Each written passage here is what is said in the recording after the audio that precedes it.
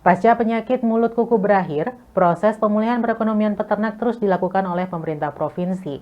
Dan Jawa Timur membutuhkan kurang lebih 40 ribuan sapi perah indukan untuk meningkatkan produktivitas susu. Pasca penyakit mulut dan kuku pada ternak kambing dan sapi berakhir, kini pemerintah Provinsi Jawa Timur sedang melaksanakan recovery untuk meningkatkan kembali perekonomian para peternak. Recovery ini dilakukan karena banyak sapi perah yang mati dan produksi susu yang menurun drastis karena produktivitas susu sapi yang dihasilkan oleh sapi yang sudah terserang PMK sudah menurun, tidak seperti ketika sebelum terserang PMK. Berdasarkan data dari Dinas Peternakan Provinsi Jawa Timur, jumlah populasi sapi perah sebanyak 309.000 ekor, sehingga di Jawa Timur pasca PMK membutuhkan 40 ribuan ekor untuk memenuhi kebutuhan produksi susu sapi yang mencapai 2.000 ton per hari, yang kekurangannya mencapai 600 ton per hari. Untuk itu perlu adanya recovery sapi indukan, baik yang didatangkan dari luar negeri dengan cara mengimpor dari Australia atau New Zealand, serta dengan program inseminasi buatan. Anggota Komisi B DPRD Provinsi Jawa Timur menjelaskan perlunya recovery dengan mendatangkan sapi indukan baru, baik melalui program inseminasi buatan maupun dengan mengimpor bibit sapi dari luar, dengan bantuan pemerintah pusat, karena anggaran untuk pengadaan bibit sapi indukan juga sangat besar. DPRD Provinsi Jawa Timur terus mendukung dan mendorong pemerintah Provinsi Jawa Timur agar bisa mengkomunikasikan dengan pemerintah pusat agar bisa terrealisasi, sehingga yang pada akhirnya akan membantu peternak untuk kembali bangkit perekonomian pasca terjadinya serangan penyakit mulut dan kuku, sehingga kebutuhan susu di Jawa Timur bisa terpenuhi. Siklus yang tidak bisa kita hindari, karena kita perlu recovery dari situasi tidak normal. Tapi saya yakin, tadi Kepala Dinas Peternakan sudah melakukan langkah-langkah yang sangat produktif. Semua hewan sudah divaksin dan Jawa Timur sudah dideklarasikan bebas PMK. Dan kita tunggu waktu, karena ini kita treatment barang hidup ya.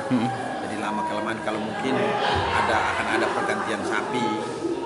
Kalau sapi yang sudah terkena PMK, walaupun sedikit ya sudah terganggu. Terganggu untuk menghasilkan susu. Mungkin kita tidak berharap seperti dulu bisa 20-23 liter. Ya sekarang bisa 12, 10 itu pun saya pikir sudah oke. Tetap saja ini berproduksi. Nanti ini diregenerasi, dijual, bisa menghasilkan sapi baru lagi sehingga produksi susu kita bisa normal.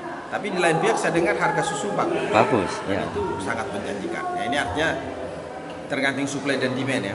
Ketika supply-nya sedikit, harganya kan bagus. Nah ini justru menguntungkan petani ya. Kalau produksinya tinggi tapi harga anjlok kan juga sia-sia. Kita perlu sekitar 40 ribuan induan sapi untuk mengisi mengganti yang sudah. Tapi kan itu kan biayanya kan sangat besar.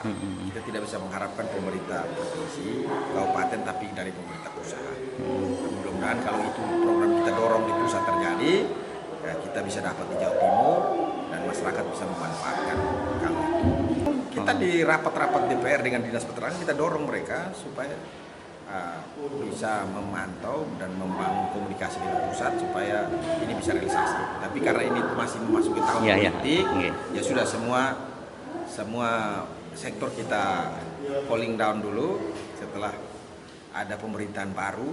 Ya saya pikir itu akan jadi prioritas. Kalau saya terpilih lagi jadi anggota DPR, saya pikir saya akan mendorong supaya jumlah sapi yang produktif di Jawa Timur akan tambah, bisa dua, bisa dari import maupun kita memproduksi bibit sampai ketergantungan kita terhadap import sapi itu juga jangan berlebihan. Nah, itu juga menjadi catatan.